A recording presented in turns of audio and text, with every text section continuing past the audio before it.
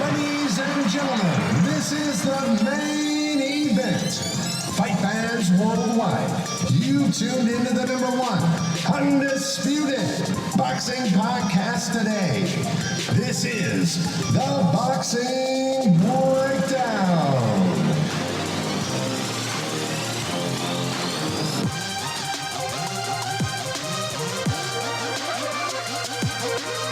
Now, your heavy-handed, hard-hitting host, Mark Roxey.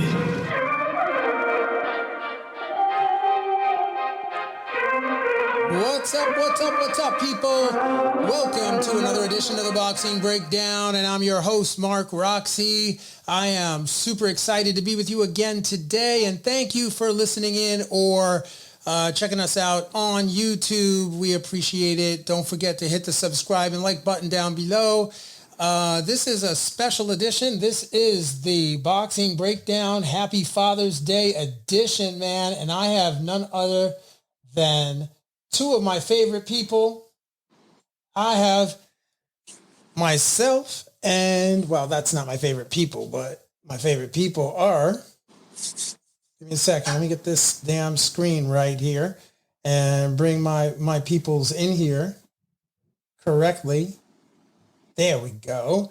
All right, I've got none other than Billy Briscoe, Philadelphia's renowned boxing trainer, and his son, Billy Briscoe Jr. What's up, my friends? What's good, Mark?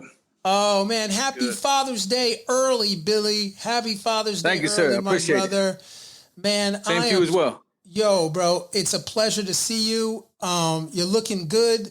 Your son's looking good. You guys are in the gym. I caught you right at the right time, right at the end of the workout, right? Yes, sir. Oh, perfect timing, man. Listen, I don't want to take a lot of your time today, but I do. I wanted to catch up with you for Father's Day, and I wanted to ask you a couple of questions. Really, they're for your son, right? But I did want to wish you a happy Father's Day, and I wanted to say to your son, Billy Jr., a good father makes all the difference in a child's life, right? And a father is a pillar of strength, support, and joy. And a good father loves his children, man, but he doesn't let them get away with everything, right? And he might disapprove of his child's misdeeds or whatever they get up to, right? He uses a little tough love here and there, basically to prove the point, but he does so through the power of his words and his love for his children, right? And it makes it even more complicated and more unique when we add boxing in the mix, because now you have father and son, and you've got this thing where people are punching on your cells. And there's this kindred, there's this deep spiritual connection with a father and a son. And I just wanted to ask you, Billy Jr., first of all, what is it like to have your father as your coach? What is that like, Billy Jr.? It's great, man. It's great. You have your ups and downs with it, but it's great overall. Yeah, I know that. I know it's great. And so what has it meant to you to have a strong, supportive role model in your life, growing up and with boxing as far as your career is concerned, specifically knowing that you're out of Philadelphia, you're out of the Badlands, right? Definitely, yep. Yeah, man. So what has it meant to you to have such a strong, knowledgeable role model like Billy Briscoe Sr.? What is that like? Oh, it meant everything, man. You gave me the right instructions during my life. Give me right instructions during and the fights and all that. So just keep my head 100% on point. And so definitely when you live in the Badlands, man, you can make a wrong decision at any moment. You could be stuck up in the jail, in the streets. But he kept my head focused. He kept me in the gym 100%. Yeah, that's what's up, man. That's beautiful, Billy. I've admired your dad for many, many years. He's one of the best trainers in Philadelphia. He is a man, people just don't get it. They just don't understand this guy. Billy, man, you're amazing. Happy Father's Day, bro. Happy Father's Day. You're a father to, people like Gabe Rosado and, Danny Garcia, everybody you touch. You've been like a father to me, man. When we connect, you teach us lessons, you share things with us. And I just love that about you. And I'm sure there's 1,000 people out there in the boxing community that feel exactly like I feel about you, bro. And I didn't want another day to go by without telling you that ahead of Father's Day, bro. Thank you. I appreciate it. Same to you as well, my friend. Thank you, brother. Thank you, man. And so, Billy Jr., right? What life lessons have you learned from your father that you will always keep with you? Oh man, never fall into the streets and always fighting. Just learn how to fight. Keep fighting stay in the gym. That's always what we taught. He always told me, stay in the gym. Never leave that. That's right. Stay in the gym, stay out of the streets. Because the streets, there's nothing good out there in the streets. The streets are undefeated. Definitely. The streets are undefeated, Billy. That's right, man. And, that people that are listening out there, this is what it's about. This is what a good father looks like, man. This is what it is. And Billy Jr., tell me, I don't want to put you on the spot, but can you think of a favorite memory of you and your father as a child? Like, just throw down a memory from you with your father as a child. Well, my favorite memory when we went to it was an amateur fight when we went to Trenton, New Jersey. Me and him, we went on a train. We fought this kid from New York, and this kid was a tough kid here too. We had a war. Yeah, it was a good fight. It was a good fight, but that memory just going to Trenton. Me and him, we was talking about the fights. It was just something different. I don't know. It was something different about that day. I really liked it. Wow, that's beautiful, man. So you guys made the trek from Philly all the way to Trenton, and you threw down out there. You fought. Yeah. Beautiful, we fought a good fighter too. The fighter now is like 14-0, something like that. He's a high prospect. Wow, man. And so that's beautiful. And then I have one last question for you guys. Billy Jr., what would you like to say to your father on Father's Day? Let's say it right now. Happy Father's Day, and with many more Father's Days to come. All right, Billy, man. I love you, bro. I love you, Billy Jr. You guys are awesome. Thank you for taking a couple of moments out of your day to be here and just to celebrate Father's Day with us. You guys are tremendous. You're amazing people. And I want to pull up a photo of you and your son, man. I picked this photo, bro. I just want to share it with you and the folks out there. Check it out. Can you see that? Oh yeah. Good one. Yeah. A good one. I love it, man. Happy Father's Day to both of you. Peace and love. And I'll see you guys very, very soon. Yes, sir.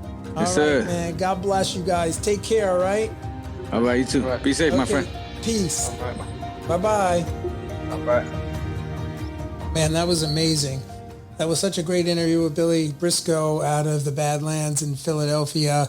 And next I want to invite to the program none other than Travis My Time Kauffman, a professional boxer, heavyweight fighter, and absolutely amazing pugilist out of Reading, Pennsylvania.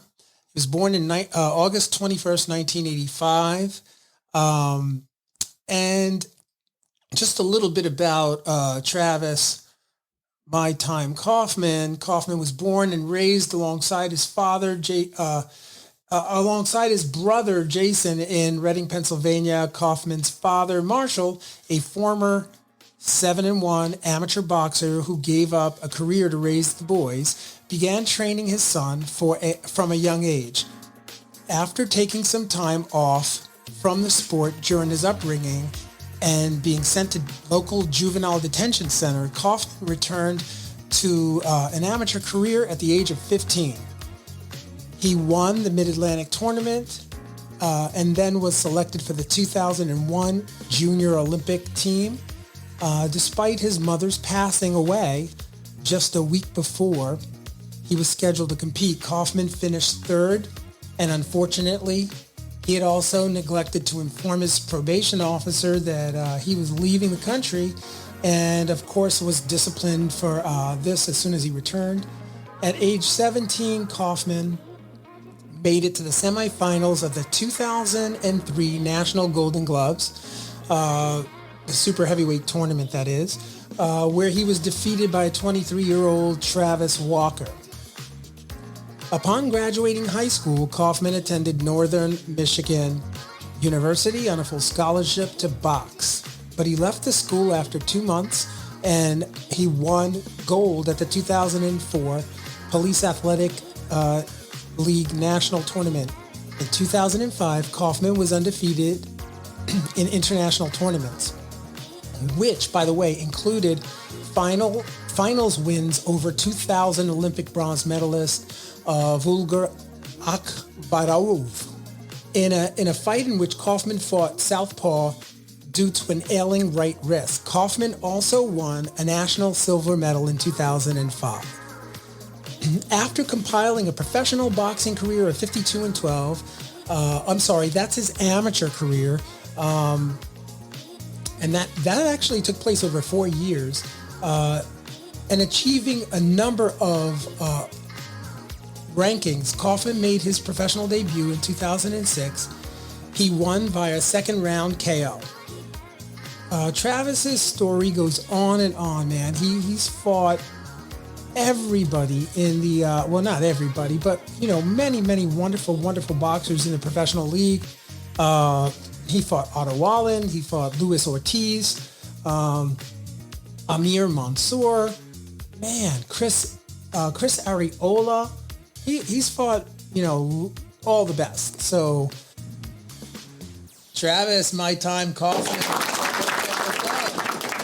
Holding on both hands, baby. That's it. It's good to see you, man. You look good. It's always better to be seen than viewed. That's right. Amen. Amen. I love your hat, by the way. Sporting the Yankees. That's what's up. Yeah. So, man, thank you for taking the time to come on to the Boxing Breakdown. I'm honored to have you here. It's a delight. I've been wanting to catch up with you for a long time. This is a special edition, obviously, of it's a Happy Father's Day special edition. So I'm not going to take too much of your time, but I did want to ask you a couple of questions and talk to you about your pops, man. You guys have a very special relationship, and I know your father very well, and he's a fine man, and he's all right.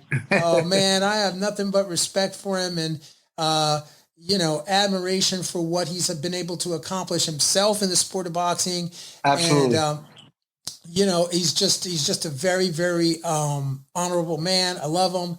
And shout out Marshall Kauffman. Marshall Kauffman is the president of King's Boxing Promotions. And I'm sure at some point in his time with you, he's been your trainer, your manager, and your promoter, and your dad. Correct. So it's been rough. So it's been rough. Yeah, that's what's up, man. It's been rough. You got that right. So is there first of all, before we get into your dad, is there any chance we're going to get you back in the ring? I'm currently out here in Florida. I'm doing a documentary right now. And the guy out here where I'm at, he was actually Mike Tyson's money man behind Mike Tyson's promotional company that he had. And he's looking to get me back in the ring. I stopped only because when Nazim died on me, I lost my hunger.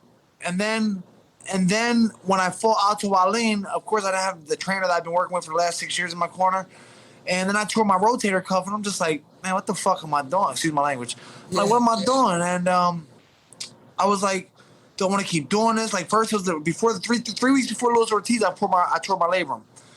Then in the fight with Alto Wallin, I tore my rotator cuff.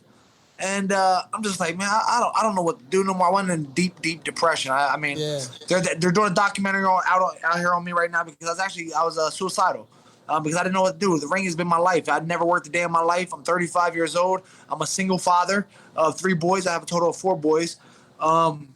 And I just felt like, how the hell do I provide for them? I don't know nothing. I'm a felon for selling weed when I was 18. With fucking weed is legal everywhere now.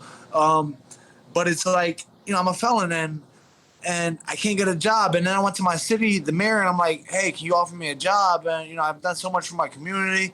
Every Friday I donate money to my city, always. Stupid idea, but whatever.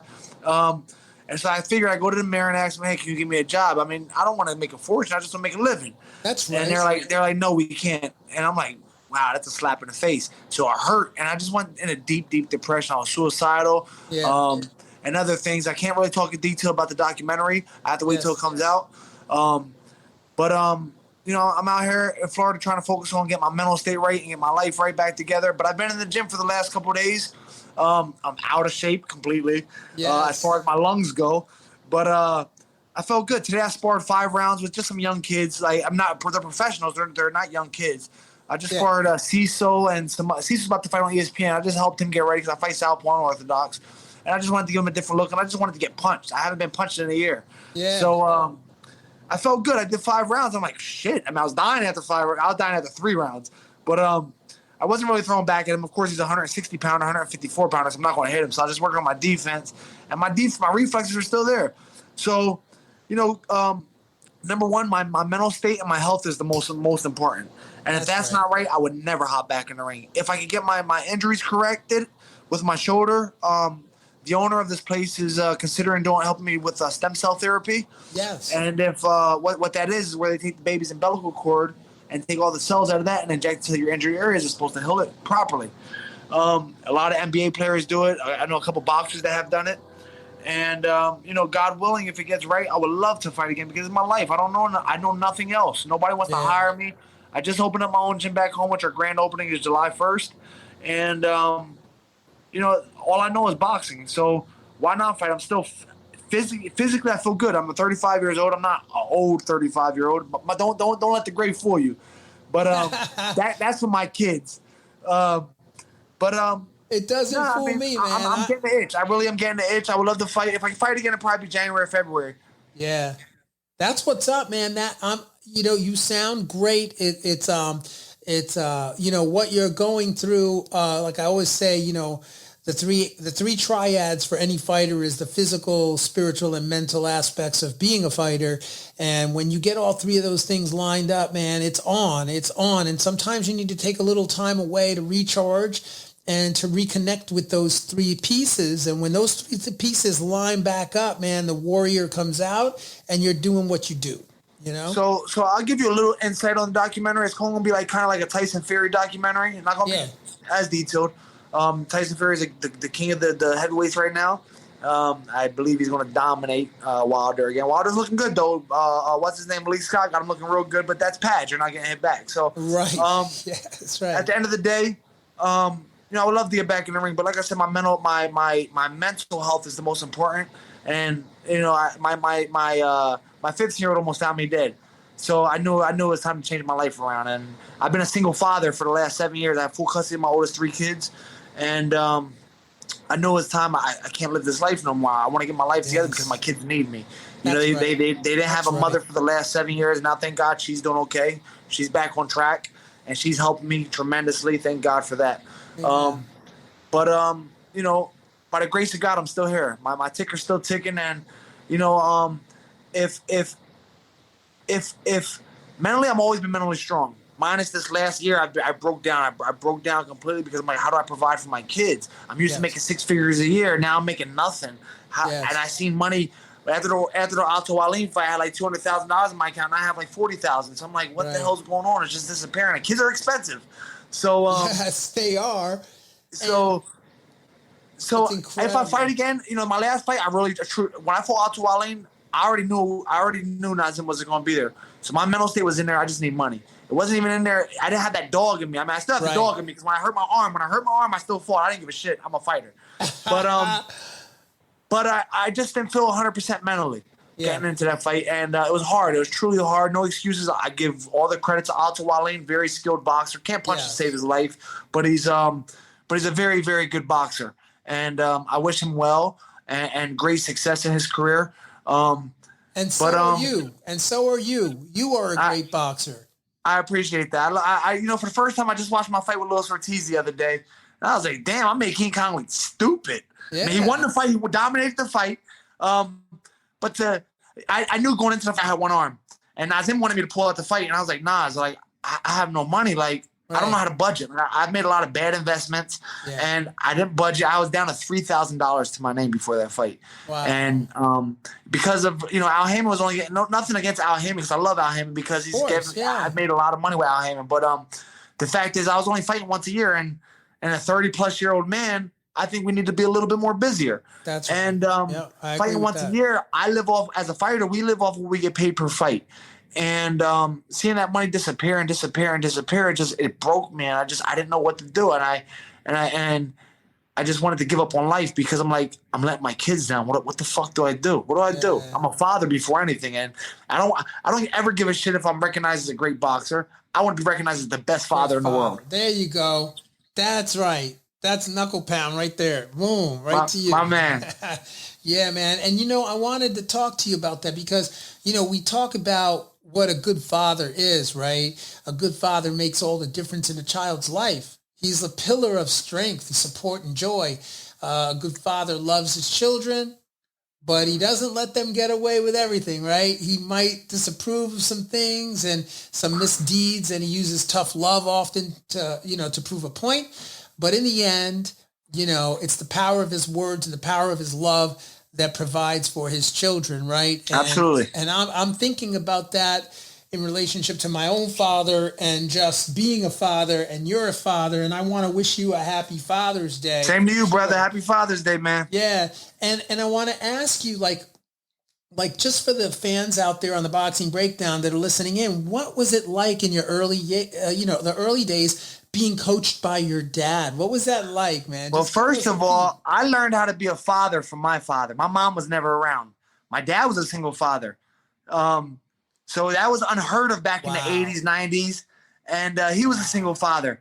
As a kid growing up, my dad worked. He never had a father. So he wanted to make sure his kids didn't go without. So he worked all the time, which is why he's such successful now. He's a hard worker.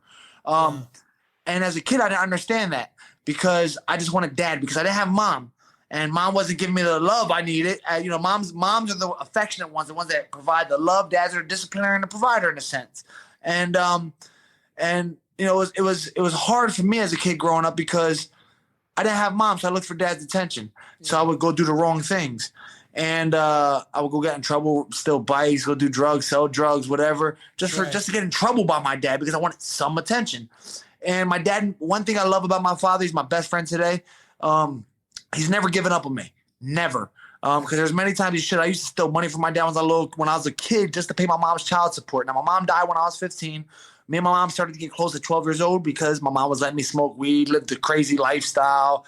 And, me and my mom were smoking weed together. To me, she was like a friend. My father was always on top of me. Trav, what the fuck are you doing? What are you doing? Like, stop this. Like, my dad whipped my ass.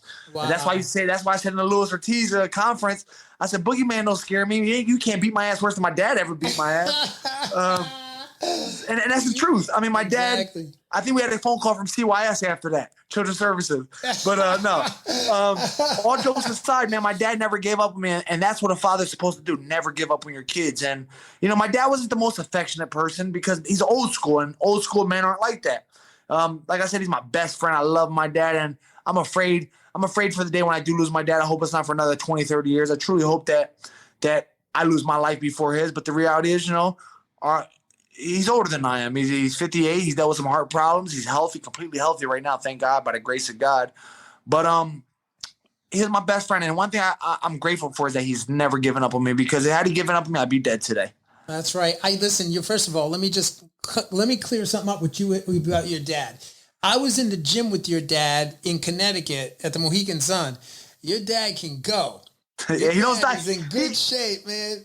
He thinks he's like a little kid. Yeah, I'm like, Dad, you're fucking 58. Slow down. He's good, man. Your dad is doing a great job taking care of himself. I mean, I saw him a couple years ago, and then now you see him now. He's just, congratulations. After his open heart surgery, he just turned his whole life around.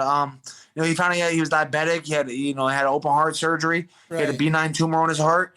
And I was scared because our family has bad heart problems. It runs in the family. My grandma, my dad's mom died at 62 of a heart attack. Her brother died at 62 of a heart attack. Both of her parents died at 62 of a heart attack. Wow. So our limit is 62. My dad's trying to surpass that. He's trying to prove a point that I'm going to live past that. And that's why he's taking care of himself. That's right. Amen, man. And so let me ask you something. What has it meant to you to have a strong, supportive role model in your life growing up and in boxing? Specifically, I'm talking about Marshall Kauffman, your pops. Yeah, well, how did I have my dad? I would never made it where I wanted, where I got to, because the truth is I never wanted to box. I started boxing because I wanted a relationship with my father. Like I said earlier, I used to get in trouble just for my dad's attention. Yeah. My dad's life was boxing. That's what he loved. As a kid, I didn't love it. Like I was like, I want to run the streets. I want to be a wild kid. Right. And he made sure of that.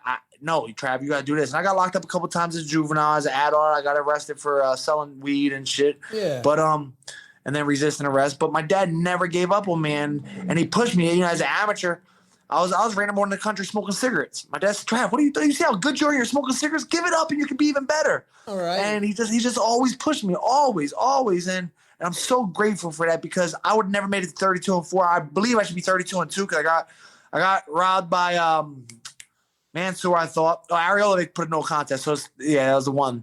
But I beat the shit out of Areola. But, I saw anyways, that's hindsight. Yeah, that's hindsight. That was a good fight. No, I've been blessed to have a father that I have. I mean, because without him, I truly would have never been known on the boxing site, on the boxing world, because it wasn't something I wanted to do. I started to do it because I wanted a relationship with my father, and I kept doing it because I'm very talented. I mean, I have a natural ability, and my dad used to tell me, Trav, if you take this serious, you could change your life. And when I started taking serious, I started making bigger fights, bigger money. And then after the Ortiz fight with the injuries, and then doctors keep prescribing you Percocets and everything else, it's crazy. And like I said, by the grace of God, my dad's never given up on me. And that's why they're out here doing this documentary now, because my dad reached out to the owner here in Florida, like, hey, look, we gotta get Travis help, because he wanted to kill himself and everything was going downhill for him. Yes. And as a father, I know he loves me, even though my dad don't tell me he loves me all the time. Lately, he's been telling me a lot since I wanted to commit suicide, because he's afraid of losing his baby. They call me my dad. My dad has 3 boys, and everybody, all my other brothers, they're jealous of me because they call me his golden child. But I'm not. We just have the same interest in life as boxing. That's all we both know.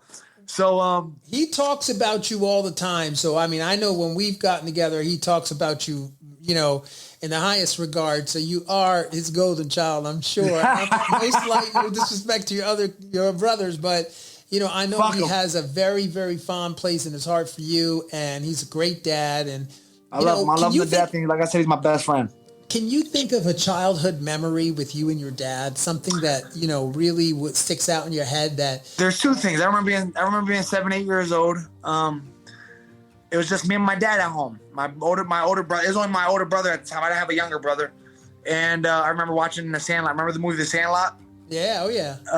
At that time when the kid Smalls or whatever his name is went up the bat and he hit the home run, and the ball. I thought the ball was flying through the TV. Me and my dad both ducked. And that's something I remember, and it just sticks to me, because that was a moment me and my dad shared together. And then there was another great moment. I remember when I was getting ready for Chris Areola. It was the biggest fight of my life as a professional. And because I'd never been on that type of stage, and everybody's like, "Oh, Trav, you're taking a huge step." I'm like, "What? Kick Chris's ass. This is easy for me."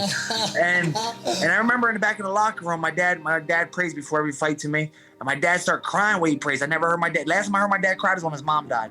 Yeah. And I'm like, "Dad, don't fucking do this before the fight. I'm crying too."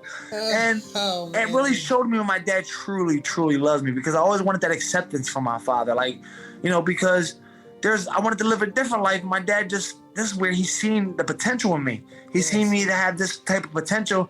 And unfortunately, I didn't take my career as serious as I should have, because I'd be third. I fought Luis Ortiz on 6-week notice and won 10 rounds to make him look stupid. Now, he should. The Travis Kauffman people know he should have stopped at 1 or 2 rounds. Travis is a nobody, whatever. But I made him look stupid. Now, I wasn't really fighting like I should, because I only had 1 arm. But no excuses. King Kong is truly the best heavyweight out there. Oh, he just couldn't get past Wilder's power. But he should be a world champion. and I made him miss and made him look stupid at times because they're like, whoa, how's he missing against Travis Kauffman? Travis looks old because of the gray beard and shit, but I know you look great in that fight, man. I remember that. I boxed beautifully. That's the first time I had 2 knee surgeries, one before Chris Harrell, like a year before Chris Harrell, and one right after the Arreola fight, and that's why, like, when you in my career, like how I boxed against Ortiz, that's how I was an amateur. I used to move a lot. They used to call me the White Ali. Right. And I haven't bounced around in years. And I knew I had to use my legs. Our thought going into the Ortiz fight was, he's an older man. You make him use his legs, box around, move, keep moving, make him chase you till his legs get tired. Now, Luis Ortiz, I believe he's on steroids, which is why his legs didn't get tired. If you look at listen, he tested positive already 4 times, and you ain't gonna tell me he hasn't. So right. You can't tell me it wasn't. I remember in the first round he hit me with a jab. I went back to Nazim like, yo, this motherfucker's on juice. but take that away, he is the most talented heavyweight there is today. And I take nothing away from him. Like I said, I'm just grateful that my father's never given up on me. And that's something a father never should do, is give up on your kids. No matter how bad, because look, I put my dad through some shit. My dad was a single father. My mom was never around. I remember he used to get in trouble by my dad. Oh, you're a fucking sperm donor. My dad used to fuck me up. Like, oh, man, what? Imagine if one of my kids called me a sperm donor, I'm probably going to spaz, especially when I take care of them by myself. All right. So I was a little wild kid. I was bad, man. Hey, but man, like I said, man, because of him not giving up on me, I'm blessed for that, because he's truly my best friend today, and I wouldn't know what I'd do without him. And I everything I have in my life, I owe it to him. So listen, I want to ask you, you have kids, right? So what lessons did your father instill in you, and what lessons did he teach you as a young man that you now carry on to your children? Not that my kids listen, but one thing my dad always used to say to me is, don't put off till tomorrow what you can do today. That's my dad's favorite words. Do not put off till tomorrow what you can do today. Wow. And I have a tendency to be lazy at times. I have a tendency to just be what's the word I'm looking for? I can't think of it off the top of my head. Like where you're procrastinator. I'm a procrastinator. Complacent. Yeah. I'm a procrastinator. And but I always teach my kids, I try to tell them all the time, is that don't put off till tomorrow what you can do today. That's something my dad always taught me. And because tomorrow's not promised to us. Do it today. And that's something I try to teach my kids. Not that they listen, because my kids are better. They're better than I was as a kid. Look, I have a 15-year-old who's 6'4", 325. Wow. I wish he played football, but he's soft. Right. But I don't push my kids kind of like my dad pushed me. I wish I did, but I know my relationship with my dad. Me and my dad been in some physical altercations. Like if you watch Floyd Mayweather and Floyd Mayweather Sr., how they were in the gym. Oh, fuck, me and my dad been in some arguments like that because it's boxing. Right. And there's a lot of adrenaline, there's a lot of hormones building up. Yeah, testosterone, baby. Especially when you're not busting for a couple weeks, you're like, I need to release for stress. And so we've been in some altercations, and I just never wanted to have that with my kids. I never wanted to have that with my kids, so I never pushed them for sports. I have a 12-year-old. I have big kids. And I have a 12-year-old who loves football, so he does play football, but my 15-year-old, I wish he did some sport. Right. But and now my 2-year-old, I have a 2-year-old as well. My 15, 12, and 8-year-old I have full custody of. Then I have a 2-year-old from another woman. He has a great mother, phenomenal mother. I kid you not, this boy came out 3 months old, was throwing punches. Till today, I never taught him how to fight. I take him to the gym with me. This kid loves boxing. That's gonna be my boxer. That's going to be my boxer. That's DNA, man. That's hardwired into your body. That's DNA that gets hardwired generationally. You know, it's there. This kid, I mean, his name's Kaimani. I named him after Bob Marley's son. He's Puerto Rican and white. All right. Even though it's a Jamaican name. His name's Kaimani. And Kaimani can sit there and watch boxing for hours. You know, little kids love cartoons. Nah, he'll watch boxing. Wow. That's It's amazing, man. Hey, I got one more question for you. I don't want to take any more of your time. I got one more for you.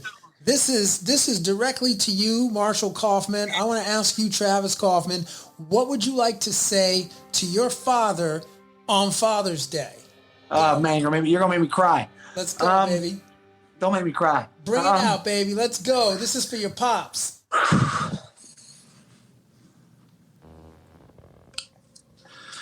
Whew. Thank you for never giving up on me. I love you. And you've been my best friend. Thank you, because if it wasn't for you, I'd be dead. So you got the tears out of me, man. Shit. Amen, brother. Thank you. Yo, you rock, bro. Thank you for being authentic, and thank you for, sharing yourself with me and for the whole world, man, to get that, for people to know what kind of father you have and what kind of father you are to your children, man. And no matter what we go through in life, that we gotta pick ourselves up and we gotta make things happen for our kids and for our families, and you're doing that, man. And I appreciate that. And that's why I'm here now. That's why I'm here to get my life right for my kids. And there's big things down the road for you. Big things coming your way, baby. You trust in God. You trust. God's number one. God is number one. My kids are number two. Amen. Amen. Listen, I want to thank you for being on the Boxing Breakdown. Thank you for sharing yourself with me. Happy Father's Day to you, and happy Father's Day to your father. Same to you and everybody out there who's a father and the mothers that are taking care of the kids. I won't say happy Father's Day to you because that's for us fathers, but thanks for taking care of the boys when their fathers were never around, and all the stepdads who step up when other fathers disappear. Because I took care of two other kids. I'm about to have a grandbaby. I have a 21-year-old and 20-year-old for my first kid's mom that when I broke up with her, I still remained dad. The real dad was never around, so I really have 6 kids. Wow. And I'm still dad. I would never stop being dad to them. Amen. And you're a good man. God bless you, and I'll see you soon, okay? I'll see you soon. Thank you, brother. Okay? Yep, God bless you. Peace and love.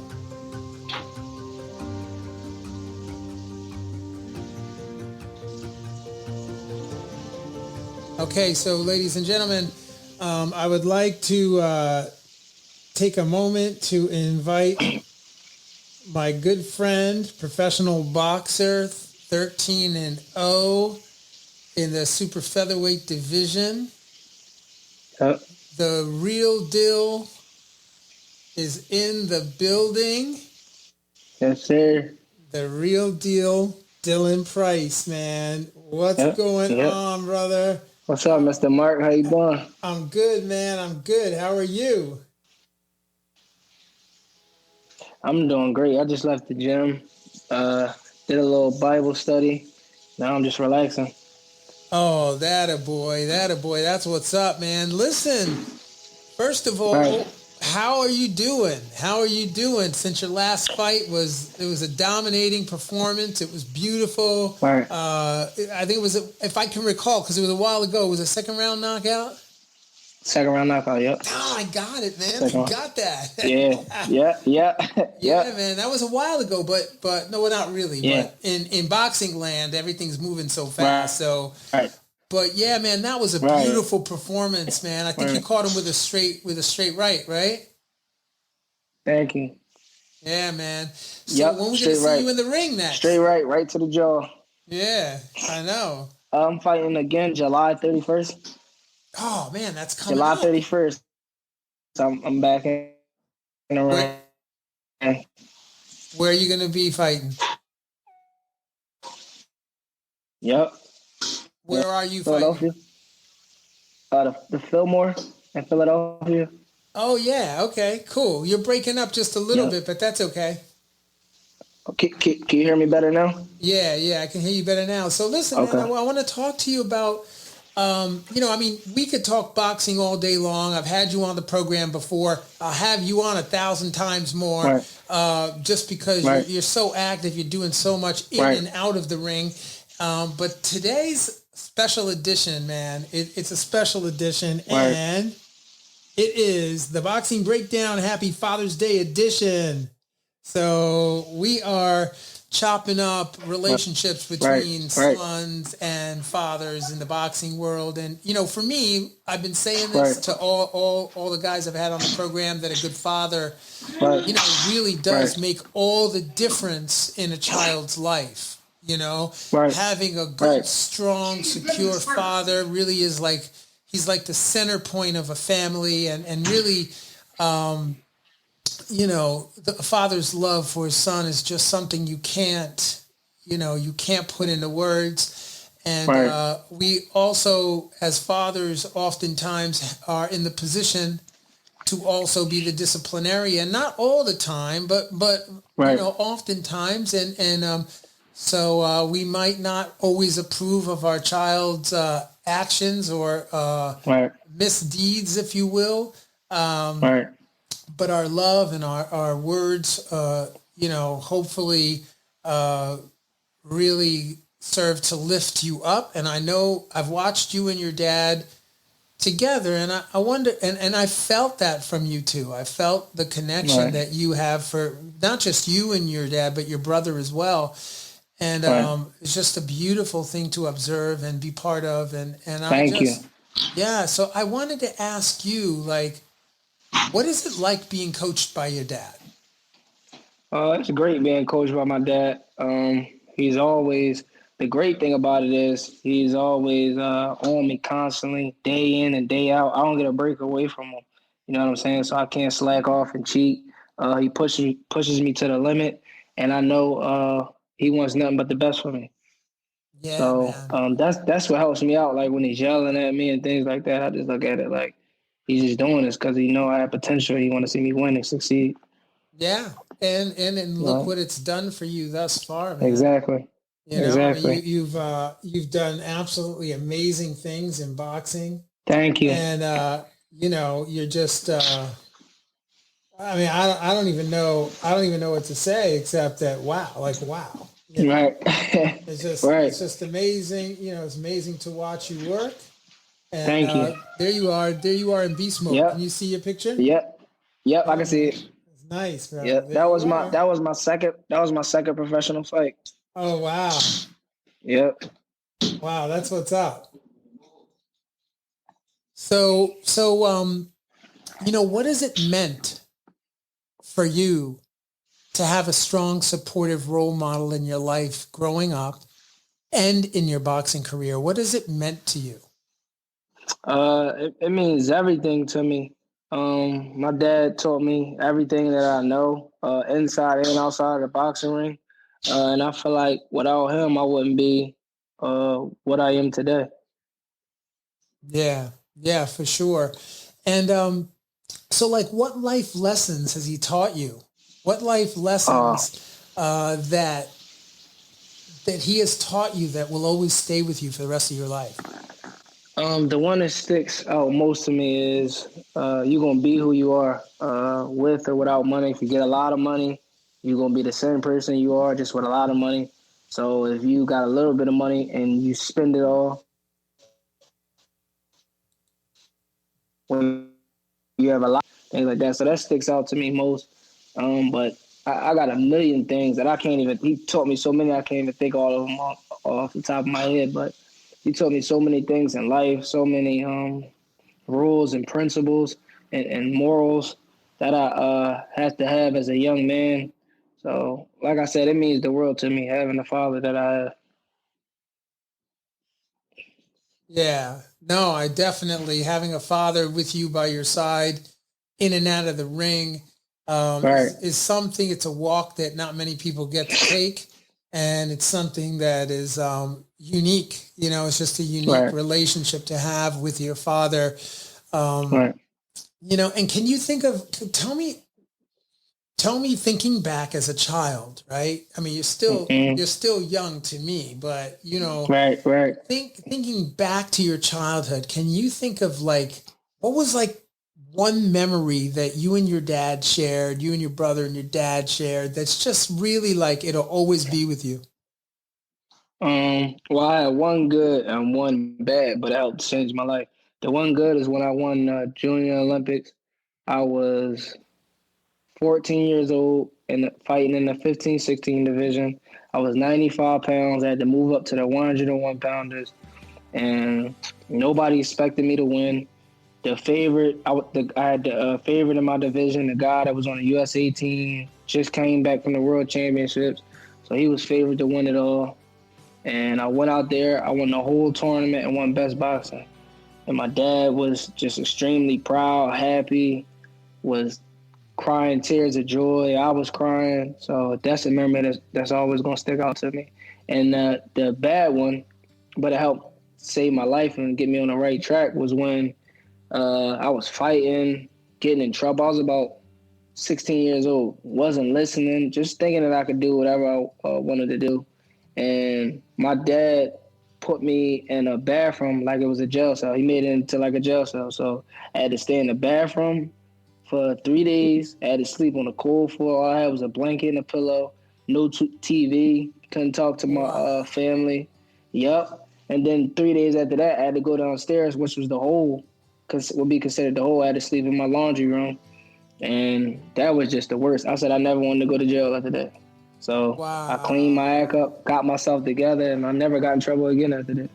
Wow, that's incredible, man. And you know that. Boy, talk about love, man. Talk about teaching you a lesson and really showing you the way. I mean, there isn't anything more powerful than that, you know? Right. That's incredible. Thank 100%. You for sharing that. Yeah. That's no problem. So no problem. Eventually you want to have kids one day, right? Right. Yeah, I want to have kids. Yep. Okay. So when you have kids, what lessons that your father instilled in you will you pass on to your children? Everything. The crazy thing was, I was just talking about this yesterday, but everything that my dad told me, I would teach my kids, and probably more.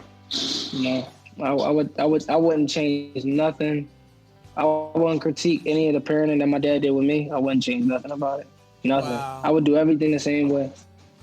I would do everything the same. Yeah. He's a great guy, man. He's a really authentic, beautiful man. And so I got one more question for you before we go. Okay. I know you got to get back to the gym. Okay. But I want to ask you right now, ahead of Father's Day, because your pops is going to watch this hopefully on Father's Day. Happy Father's Day, Mr. Price. Happy Father's Day. Happy Father's Day, Pop. Yeah, and I want you to speak directly to your father now and tell him Happy Father's Day. Yo, Dad, Happy Father's Day. I love you. I appreciate you. Thank you for everything that you do for me. I wouldn't be who I am without you. So I love you, and I'm forever grateful for everything that you've done for me. Check this out. Tell us about that. Hey, when was that? I don't even remember that. I don't even remember that. I'm trying to think what fight was that. Oh, that was my fight at the 2300. Yep. That was my first fight back after the whole COVID situation. And that was my first fight back. I won that fight in a second round knockout. Yep. Wow. Yep. That's what's up, man. So, ladies and gentlemen, you've heard it from Dylan Price.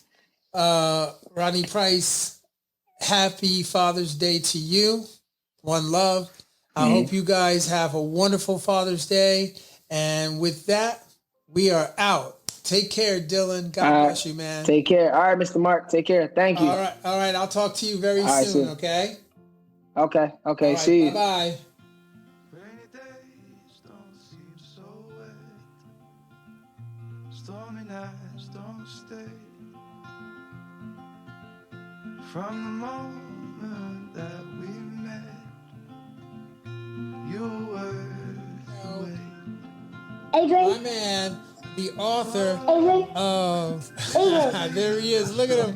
The author of Protect Yourself at All Times and the #1 American dad right there, Adrian Clark. What's up, brother? What's up, man? How are you? How are you? Oh, man, I'm doing good. This is the Boxing Breakdown Happy Father's Day edition. Happy birthday, yo. Happy Father's Day to you and to your boy. Happy birthday. Yeah, man. He's like my parents, so anything I say, he's going to say. So just get ready for that. Happy birthday. Hey, you got to sit down next to Dad. No, he's got to be right like he is, bro. That's the whole point of this episode. The whole point of this is to have you and your beautiful son together for Father's Day. So this episode is about Father's Day, and I just want to, first of all, wish you a happy Father's Day. What you do? I appreciate it. Yeah, and ask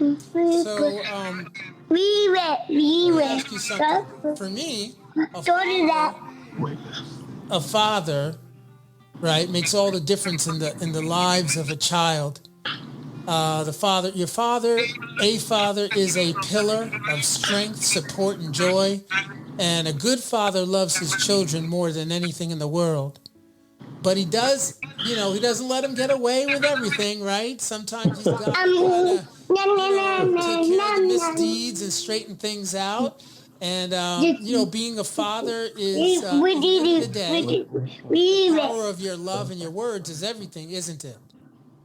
Yeah, man, it's life-changing to say the least. And he's my world, man. So, business, boxing, books, and other business ventures have essentially taken a back seat because it's me and him every day, man. So, hey, you want to come back over and sit down with Daddy? Yeah. So this is life for me, man. I love it. It's beautiful, man. It's beautiful. And so, what is it like having children? You're a great father, man. What is it like having children? It's hilarious to say the least because you never know what you're gonna get out of him. Like, this is his first time on camera with me, so hey, we're doing an interview. You want to come so in? I can see him. I want to see that beautiful face. There he is. Where is he? So yeah, we it's just hilarious, man. And Hi. yeah, say hi. Hi. Hello. It's a learning experience, man, and we just What you doing? we enjoy every day. You said what you doing? What you doing? So how was it for you growing up? How was your father? Was your father very much involved in your... Happy birthday. Just like me, man. My dad was there every single day, brother. I can't remember a day that It's mine. my dad wasn't It's there. mine. It's mine. It's mine. Hey. Oh, he's going to do a flip. Flip it, brother. Flip it. My dad was there every day, man. So despite whatever, he was there. Ace.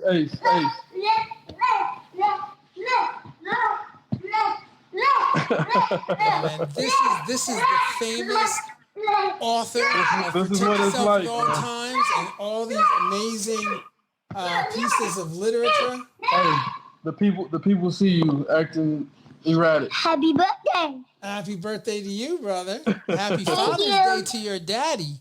Happy Father's Day to Happy your birthday, daddy. daddy. That's Thank you, right. son. So give him a big hug. Tell him Happy Father's Day. Happy birthday. Thank you. Yeah, man. All right. So listen. I just want to ask you one question, man, and I'll let you get back to cooking. You are an angel for coming on in the midst of lunch and everything. I wanted all these people that follow you to really see what your life Hey, is I like. can't. And that You you're have to a real ask the dad. question again because I can't. Trying to balance. Hey, Ace. Can you give me a second? Can you come here, please? Okay, sit right here next to Daddy.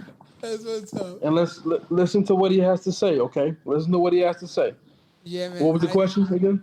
So it wasn't really a question. What I was just going to say to you is that Good question. what would you like to say to your father, Adrian, on Father's Day? This is going to be shared with all the dads and everybody out there to see. I'm just like singling out all these great dads out there. So I want you to say something to your dad, what it means to have had your father, a strong male role model in your life. Hey, let me talk to my dad, man. Just thank you for being the example and setting the bar really high for me to try to emulate because this is a lot of work. But I love every moment of it, and I see why you sacrifice certain things for my brother and I appreciate it, and I love you for it.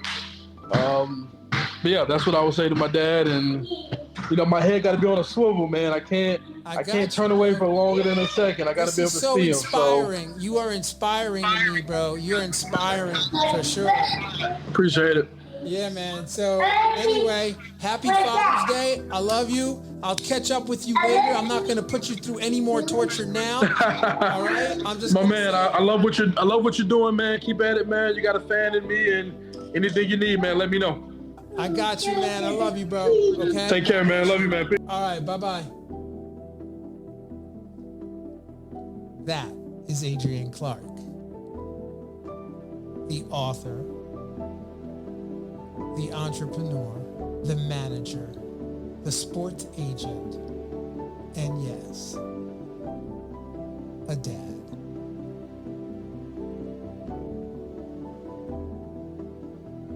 I have a very, very special guest who's joining the program. Pat Russo, retired police officer, founder, and guiding force behind New York City Cops and Kids. Thank you so much for being on the program. What's up? What's up? What's up? I appreciate you having me. I'm honored to be here. Oh, man. How are you doing?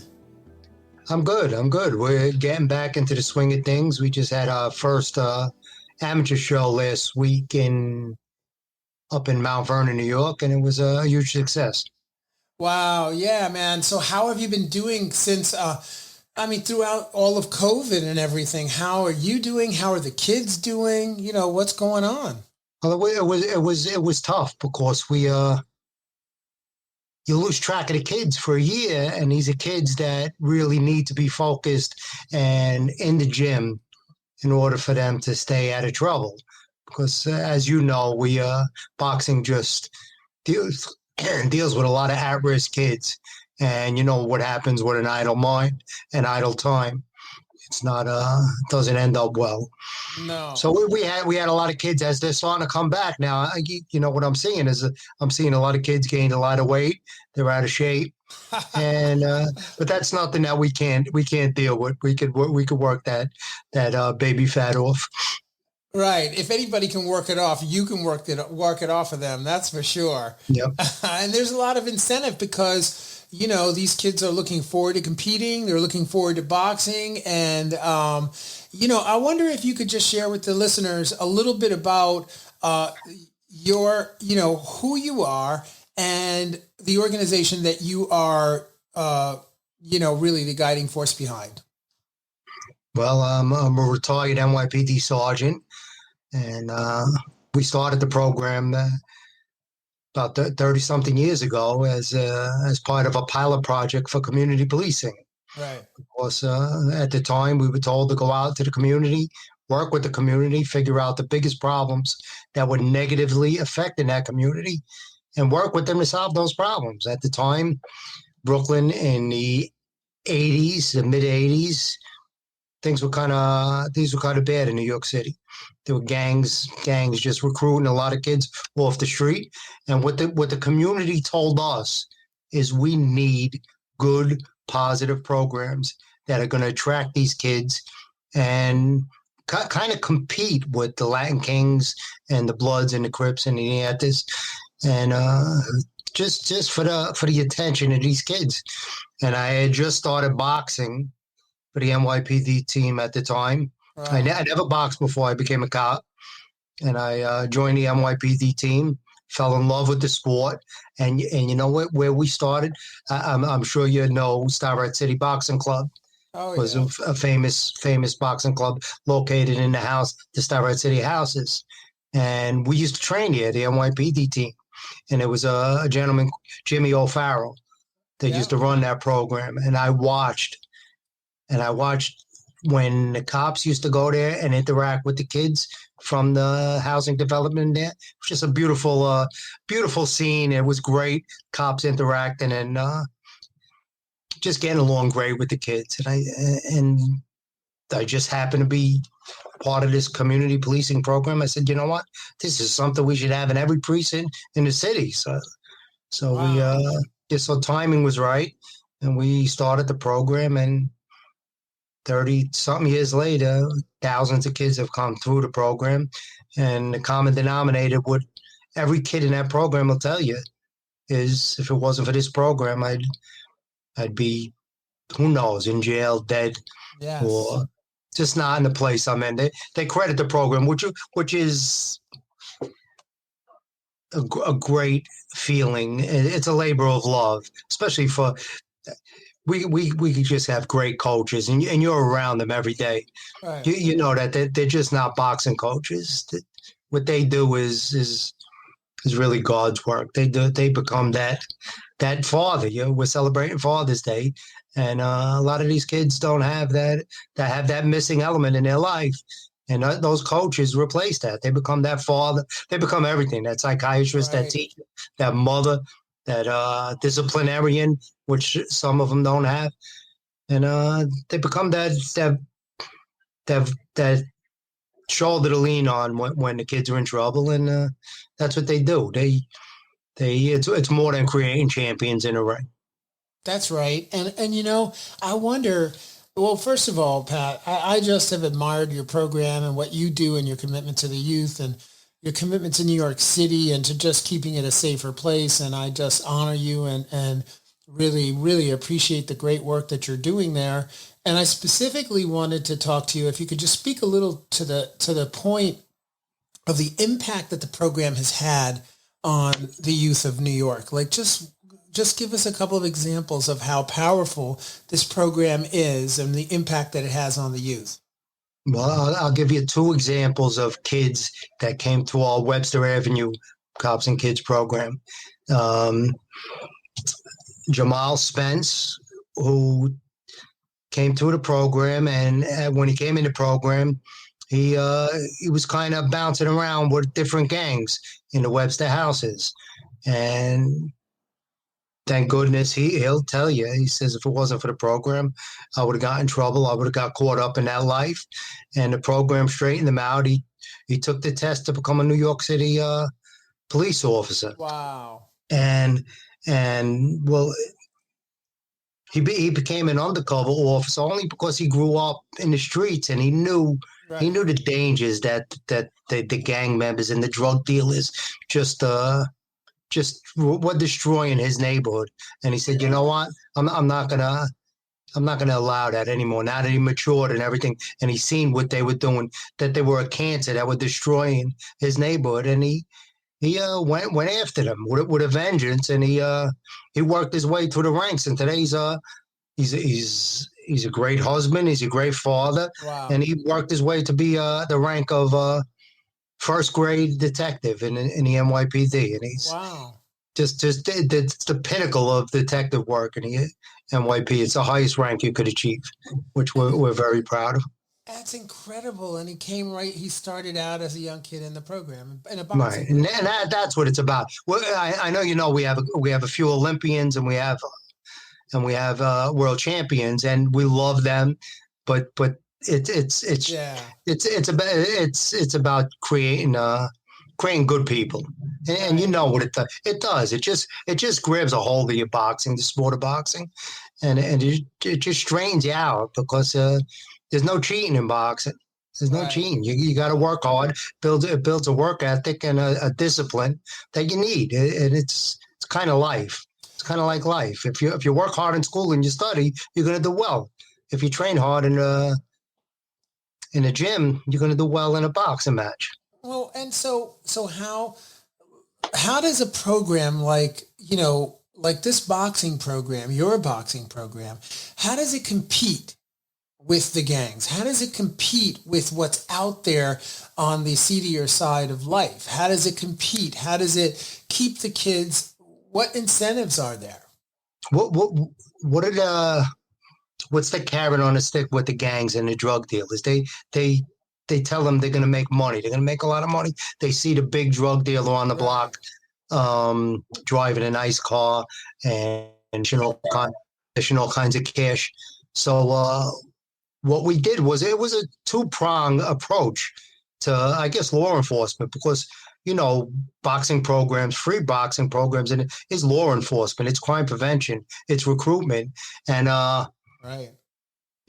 But what we did was we targeted those individuals that were destroying a neighborhood, not the kids on the street that were at the street level of drug dealing.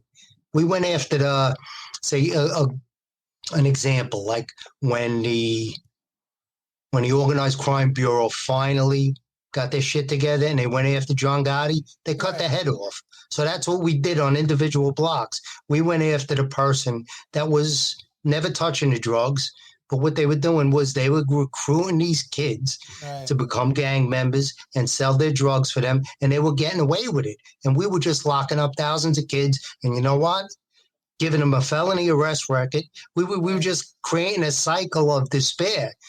So what we did was just and it wasn't us. It was the community that said this to us. You're just locking up a bunch of kids that are replaced.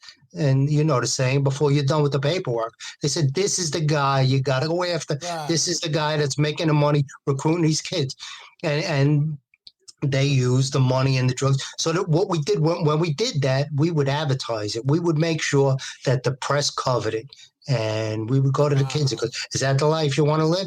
Yeah, you're happy for a day, but you're in jail for the rest of your life. Exactly. So that's what we did. And then we made guys like Jamal, the local heroes in the community. Now it's a lot easier than it was back then because we relied on the local newspapers. Now we do it through social media. And you see, we're always posting good, positive stuff about our kids, what they did. And, you know, we do the thing with the any kid that gets over a 90 average, they get a $50 bill. Hello. Yeah. And $50, man. $50. And just because the kids are competitive, they love to compete. The kid that has the highest high school average at the end of the year, they get $1,000. Wow. They get $1,000 check from a cop. Can you imagine that? Yeah, that you know what? If that was around when I was a kid, I would have been a straight A student. It is. It's an incentive. It's an incentive for the kids to do good, and that's all they need. That's all they need is a little incentive, a little encouragement, and to know that someone's willing to go the extra mile to put it up, to ante it up, and to and to then show up, to actually show up. You know, there's something to be said about showing up, and that's what the kids can count on, is to know that a coach is going to show up for you, be with you, help you, aspire to your dreams. It's a beautiful, beautiful thing, you know? So I have to ask you also, like, look, I'm from Brooklyn. So me too. Shout out BK. So one thing that a lot of people that are watching the program, there are people in Europe that watch the program. There are people all over the country that watch the Boxing Breakdown. But what they don't know is that Brooklyn is a city unto itself. It's a world. It's a country unto itself. But, recently there's been a lot of bad press about, policing and I wonder if you could just speak to how that has impacted the program, if at all, because New York is very different. And certainly, boxing is very different. And it has a unique place and a way to connect with kids in ways that are hard to explain. But I wonder if you could just touch on that. Well, it's been very discouraging for me personally, because like I said, we started, and that was another thing as far as the crime prevention, recruitment and stuff. But at the time, I just hated the fact that there was a perceived message that the kids in the community hated the cops, and the cops were racist and kicked the kids' asses, because it really wasn't the case. It's a myth in my belief. It's a perception that's being perpetrated by I don't know, the media, by just people that want to divide us, and it was so important to bring the cops and the kids together in the community in a positive environment. And it worked. It didn't work for the kids, because now the kids said, wow, these cops care. And kids are like Geiger counters. They could, if you're full of shit, they could smell it. If they don't think you care about them, they're gonna blow you off. But when they see you there every day, and you're there for them, and you're providing a free space and a place to go, a safe haven for them, they appreciate that. So I'm really upset at what's going on today in the and not only in the city, but in this country. And what do we do? We're fighters. We ain't going to sit back and let them get away with it. We're going to, and I'm telling you what we're doing now. We're not going to do that. We're going to build more programs. We're going to we're going to get back to the presence that we once had. We're going to build a program in Queens. We're going to put a program in Manhattan. We're going to put a program in the Bronx, because it's not fair that there's only there's only a program right now in Staten Island and Brooklyn. We're gonna get presence back in every city, and that's they motivated us. Those haters, those dividers, they motivated us to be better, to do better. Right. Well, you have, you know what, your story is inspiring. Your program is inspiring. I wish and I pray that this program could be in every single city in the United States of America, and that people would be able to take part, young kids who are looking to learn the value of hard work, discipline, and be in an environment where people really do care about you. This is the kind of, like, you know, marquee program that should really, you know, the police departments, the cities, you know, should really be getting behind these kinds of programs and really helping them, you know, to reach more youth, man, especially now at this particular time in our country's history. So I just want to applaud you for that, you know, and I want to ask you, what does it mean for you specifically to be a mentor and a coach to these young people? What is it? No, it means everything, because I get no money out of this. I'm not I receive no zero monetary compensation for this. We do it and we do it for, I guess, the love of it and that appreciation and I know you said it should be replicated throughout, and it is being replicated. Newark called us up. There was a Naval Academy officer that came to see the program, and he fell in love with the program, and he started a program in Newark, New Jersey, and it's doing fantastic. Wow. So but because of podcasts like this that reach so many people, I get calls from every country. You can't imagine it. Ireland, England, that they want to replicate the program, and they just pick my brain for a couple of hours on the phone, and it's not hard to do, but it is hard to do because everything costs money, but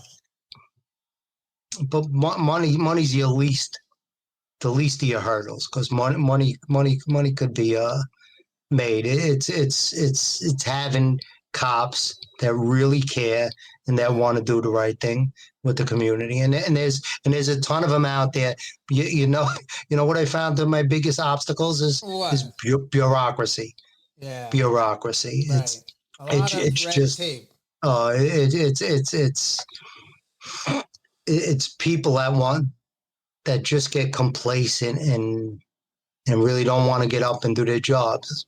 Yeah. And there are so many children that need people, specifically strong role models, male role models, female role models as well. But certainly. No, absolutely. We got a wonderful Sarah Deming is she was an angel that was just dropped out of heaven in our program. She's seen something on social media. She showed up at the program. She was a New York Golden Gloves champion. Right. She showed up in the program. She's a professional writer.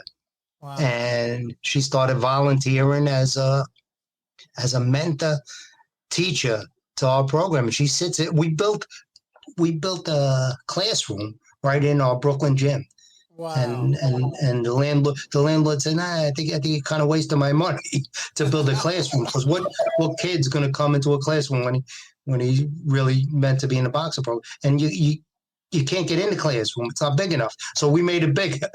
Right. And because the kids want it, they look at the kids that are going on to become cops and teachers and better people, and they go, you know what? The streets ain't the place to be. Right. I can do this too. We teach them to do that. You got to have an education. You got to have an education, and you got to be able to go to write a resume. You got to be able to know how to handle an interview for a job. That's right. And that's what Sarah does. Sarah sits in there all day long and prepares these kids for life. God bless her. It's not all about men. It's both. It's everybody. For sure. And one people. behind every, listen, we know it's about people, strong role models, regardless of what, sex you happen to be. I just really have found a strong correlation between, the many, many boxing gyms I've spent my life in and strong male role models that have the potential to really transform the life of a child and really bring them into a beautiful place in the world. And that's really, as elders, that's what we're there for, is to shepherd them and guide them and bring them to a place. So I just wanted to make the episode about the great work that you're doing and also celebrate the fathers out there that are doing great work and, send a message to the fathers out there that could maybe be doing better work, to really see people like you and see other role models that are going to be part of this episode really talking about their commitment to the youth and how important that is. So I just want to applaud you. And I want to ask you, there's no way you become you without people behind you, without strong parents. So I wonder if you have a message for your father, if he's still around and if he's in heaven or wherever he went, if there's a message you would like to say to your father. Well, thank you for making me the man that I am today. And my father taught me a work ethic. My father was in business his whole life. He's a New York American success story. Started a business from his station wagon, cutting meat on the kitchen table and delivering it in the station wagon. Wow. Chicken and oxtail and beef, and I'll tell you, those vacations were rough in that station wagon.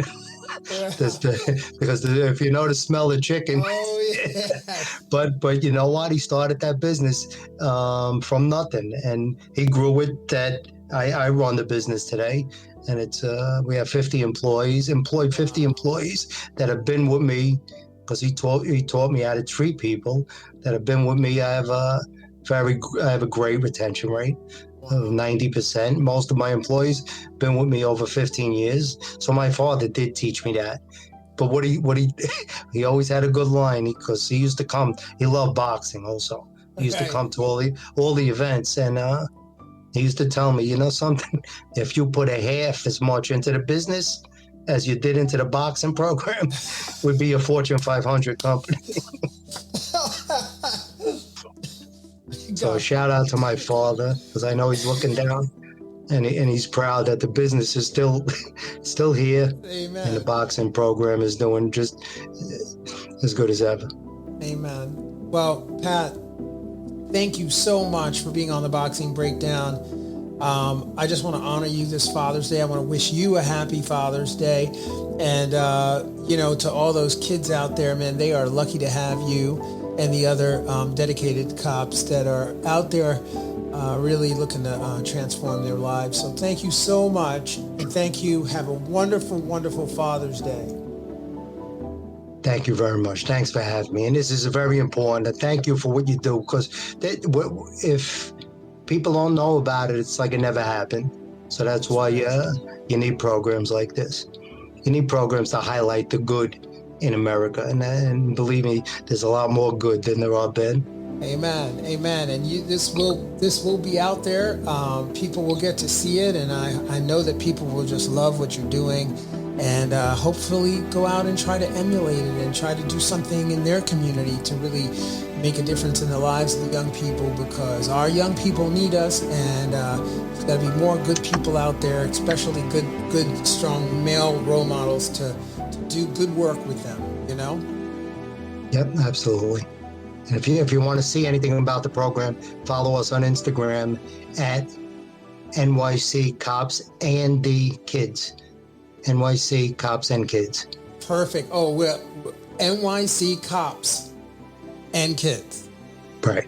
Right? That's right. We're going to make sure that we'll post the link in the description and make sure that you can people can get to your site and they can hit you up. And if someone wants to reach out to you, is there a way they can find you, or is it all on the website? Well, my email is nypdboxing@aol.com. Yes, and that's how you know how old I am. AOL. AOL. That's right. Pat, Fred God Flintstone. bless you, man. God bless you, and I hope to see you real soon, okay? Sounds good. Look forward to it. Okay, take care. Peace. Peace.